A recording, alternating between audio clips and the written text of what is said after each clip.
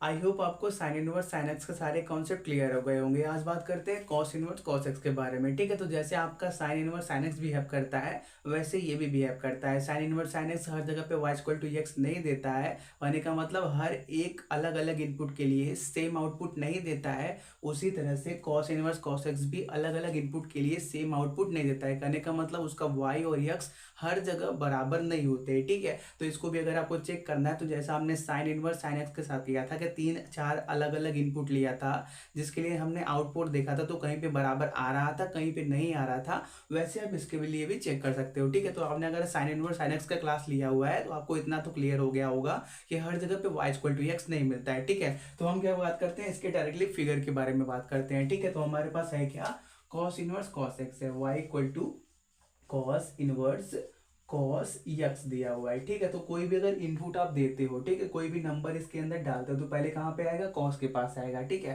पहले मान लो हमने कोई यक्स नंबर इनपुट में डाला किसके अंदर, कॉस इनवर्स कॉस एक्स के अंदर, तो वहाँ कहाँ पे आएगा, कॉस एक्स के अंदर पास आएगा। कॉस यक्स का जो अच्छी वाली वैल्यू होती है, मतलब कॉस एक्स का जो डोमेन होता है वो क्या होता है, रियल नंबर। क्या होता है, रियल नंबर। इसीलिए जो कॉस इनवर्स कॉस एक्स का डोमेन है जिसको आप एक्स से डिनोट करते हो वो क्या, सारे रियल नंबर्स में से कुछ भी हो सकता है। ठीक है, तो मान लेते हैं हमने कोई यक्स नंबर क्या किया, इसके अंदर डाला जो क्या रियल नंबर के अंदर लाई करता है। ठीक है, तो वो क्या हो गया, इसका डोमेन हो गया। अब इसको सॉल्व कर लोगे, अब क्या करोगे, यक्स के अंदर डाल दोगे तो कॉस यक्स को सॉल्व कर दोगे। तो मान लो कॉस यक्स को सॉल्व करके कुछ अल्फा नंबर मिला हुआ है। देखो हम क्या करते हैं, कॉस यक्स मतलब यक्स क्या रहा होगा, कोई एंगल रहा होगा, हमने एंगल डाला तो हमको कोई एक नंबर मिला होगा, तो मान लेते हैं अल्फा कोई एक नंबर है। ठीक है, जो रियल नंबर के अंदर आता है। ठीक है, तो देखो अल्फा क्या है, एक नंबर है। अब ये अल्फा किसको मिलेगा, कॉस इनवर्स को मिलेगा। अब मतलब जो फाइनल वाई का वैल्यू है वो किस पे डिपेंड करने वाला है, कॉस इनवर्स पे डिपेंड करने वाला है। तो जो कॉस इनवर्स का अच्छी वाली वैल्यू होती है, मतलब जो उसका रेंज होता है वो क्या होता है, 0 से पाई होता है। इसीलिए कॉस इनवर्स कॉस एक्स का जो रेंज है वो क्या, 0 से पाई हो गया। पहले क्या बोला, हमारे पास क्या है, कॉस इनवर्स कॉस यक्स लिखा हुआ है। हम क्या करेंगे, इसको एक इनपुट देंगे, तो इनपुट कहाँ पे आएगा, यहाँ पे आएगा, तो कॉस यक्स है। तो कॉस एक्स के लिए अच्छी वाली वैल्यू क्या कौन सी होती है, रियल नंबर मतलब उसका डोमेन रियल नंबर है।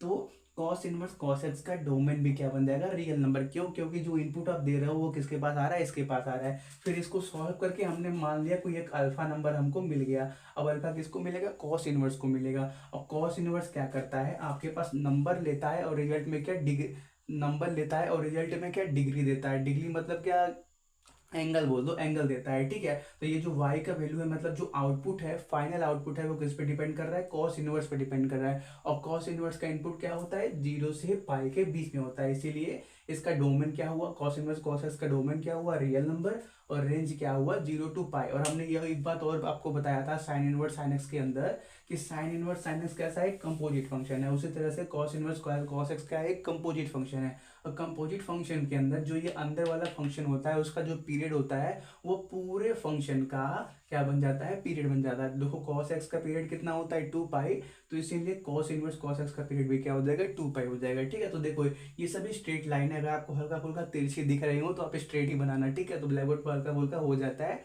आप ये सभी लाइन स्ट्रेट बनाना। ठीक है, तो जिसका पीरियड कितना है, 2 पाई। तो अगर हम क्या करेंगे, इस एक पीरियड को स्टडी कर लेंगे तो उसी पीरियड को बार बार आगे बढ़ा के और पीछे बढ़ा देंगे तो हमको क्या मिल जाएगा, पूरा एक ग्राफ मिल जाएगा कॉस इनवर्स कॉस एक्स का। ठीक है, जैसे देखो हम बात करते हैं 0 से 2 पाई के बीच में। ठीक है, तो देखो 0 पे और यहाँ पे पाई पे इसका वैल्यू कितना है, पाई के बराबर। कॉस इनवर्स कॉस एक्स के बारे में बात करें तो पाई पे इसका वैल्यू कितना है, पाई के बराबर। फिर 2 पाई पे जाके कितना हो गया, 0 के बराबर। ऐसे ही क्या, ये फिगर ऐसे आगे बढ़ता रहेगा। 2 पाई से कहाँ तक जाएगा, 2 पाई से 4 पाई तक जाएगा। ठीक है, 2 पाई से 4 पाई तक जाएगा और 3 पाई पे क्या होगा, उसका वैल्यू फिर से पाई के बराबर हो जाएगा। और ऐसे ही निगेटिव पोर्शन में देख लो, 0 से -2 पाई तक देख लो, यहाँ पे क्या, -पाई पे इसका वैल्यू पाई के बराबर है और -2 पाई पे इसका वैल्यू फिर से 0 के बराबर हो गया। कॉस इनवर्स कॉस एक्स में कॉस इनवर्स कॉस एक्स में ये इंपॉर्टेंट बात है कि इसका ग्राफ नीचे नहीं ट्रेवल करता, हमेशा ही क्या, ऊपर ट्रेवल करता है 0 से पाई के बीच में। ठीक है, तो बस हो गया इसी के बारे में। हम क्या करते हैं, क्वेश्चन देख लेते हैं कि अगर हमारे पास y इक्वल टू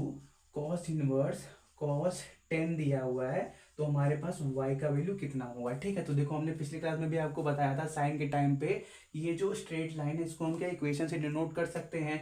देखो तो ये जो लाइन है आपका ये क्या y इक्वल टू एक्स का लाइन है। ये लाइन कैसे बना हुआ है, क्योंकि लाइन का इक्वेशन क्या होता है, y equal to m x plus c होता है। ये जितने भी स्ट्रेट लाइन है या तो ये 45 डिग्री के हैं या तो ये 135 डिग्री के, या तो ये 135 डिग्री की है। ठीक है, इसको हटा दो, वो तो दूसरा वाला बनने वाला है पीरियड। ठीक है, हम इसकी बात कर लेते हैं। तो ये कितना 135 डिग्री की है। ठीक है, तो अगर पहले इस लाइन के इक्वेशन की बात करें तो ये लाइन क्या है, ओरिजिन से पास हो रहा है, मतलब सी का वैल्यू इसके लिए क्या हो गया, जीरो हो गया। तो वाई इक्वल टू सी का वैल्यू जीरो, और क्योंकि ये 45 डिग्री पे है तो tan थीटा कितना 1 होगा, मतलब इसका स्लोप कितना होने वाला है 1 होने वाला है। तो इसी पहले वाई इक्वल टू एक्स मिला यहाँ पे इस लाइन का हमको इक्वेशन। ठीक है, अब कोई भी पॉइंट है अगर वो इस रीजन में अंदर लाई करता है तो उसके लिए वाई और एक्स का वैल्यू क्या होंगे, बराबर होंगे। ठीक है, और फिर बात करते हैं इसके बारे में। ठीक है, y equal to 2 pi minus x, ये कैसे आया, तो ये क्या है आपका -1, मतलब क्या ये इसका स्लोप कितना है 135 डिग्री है, मतलब सॉरी इसका एंगल कितना है 135 डिग्री है, मतलब इसका स्लोप कितना होगा -1 के बारे में।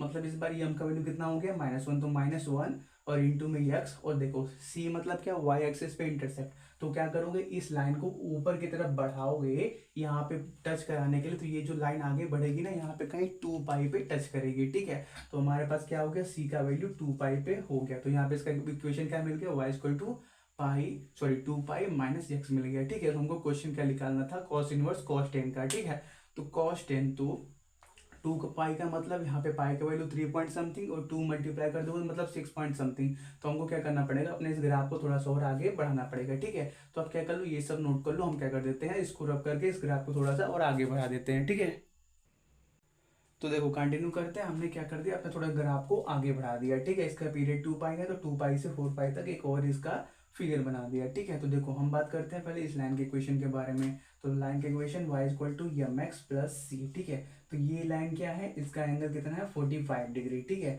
तो tan 45 मतलब क्या 1, मतलब स्लोप तो 1 ही होने वाला है, मतलब यम का वैल्यू 1 हो गया। इसके लिए यम का वैल्यू 1 हो गया और सिंपली एक्स बचने वाला है, और सी क्या होता है वाई एक्सिस पे इंटरसेप्ट। तो ये लाइन ऐसे है, कहने का मतलब ये जब आगे बढ़ेगा यहाँ पे पीछे पे इसको एक्सटेंड करोगे तो ये क्या होगा, वाई एक्सिस को कहीं पे टच करेगा। तो जहाँ पे ये टच करेगा वो क्या 2 पाई पॉइंट होगा। ठीक है, लेकिन ये देखो ये क्या वाई ऊपर पॉजिटिव वाई नीचे निगेटिव, तो ये क्या होगा -2 पाई वाला पॉइंट होगा। ठीक है, तो सी का वैल्यू कितना हो गया -2 पाई, इसलिए वाई इक्वल टू कितना आया है एक्स -2 पाई, इस लाइन का इक्वेशन आया है। ठीक है, और वैसे ही इसको देखोगे तो ये लाइन क्या है, ये आपका 135 डिग्री पे है, मतलब ये क्या है इसका यम, इसके लिए यम का वैल्यू कितना होने वाला है, ये -1 होने वाला है। तो -1 हो गया, यक्स हो गया। इसके लिए सी का वैल्यू निकालना है तो क्या करोगे, इस लाइन को आगे बढ़ाओगे, वाई एक्सिस पे टच कराओगे। ठीक है, तो ये लाइन आगे बढ़ेगा, जहां पे भी वाई एक्सिस को टच करेगा वो क्या 4 पाई पॉइंट होने वाला है, इसलिए इसका इक्वेशन क्या आया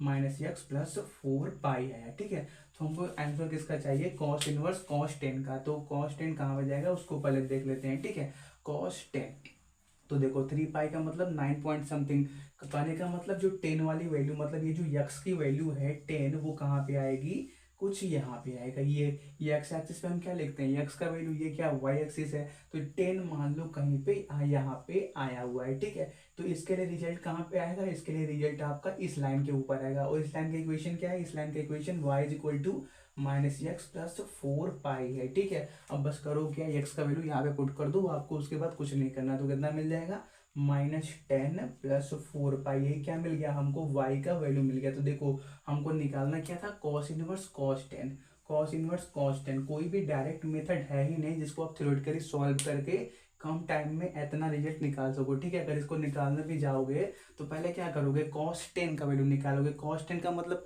cos 10 का वैल्यू कैसे निकालोगे, क्योंकि cos क्या लेता है, थीटा इनपुट लेता है, और यहाँ पे नंबर दे दिया है। नंबर को आप कैसे सॉल्व करोगे, तो उसके लिए आपको क्या करना पड़ेगा, चेंज करना पड़ेगा। रेट चेंज करोगे, फिर रखोगे, फिर सॉल्व करोगे, फिर जो मिलेगा cos के पास जाएगा।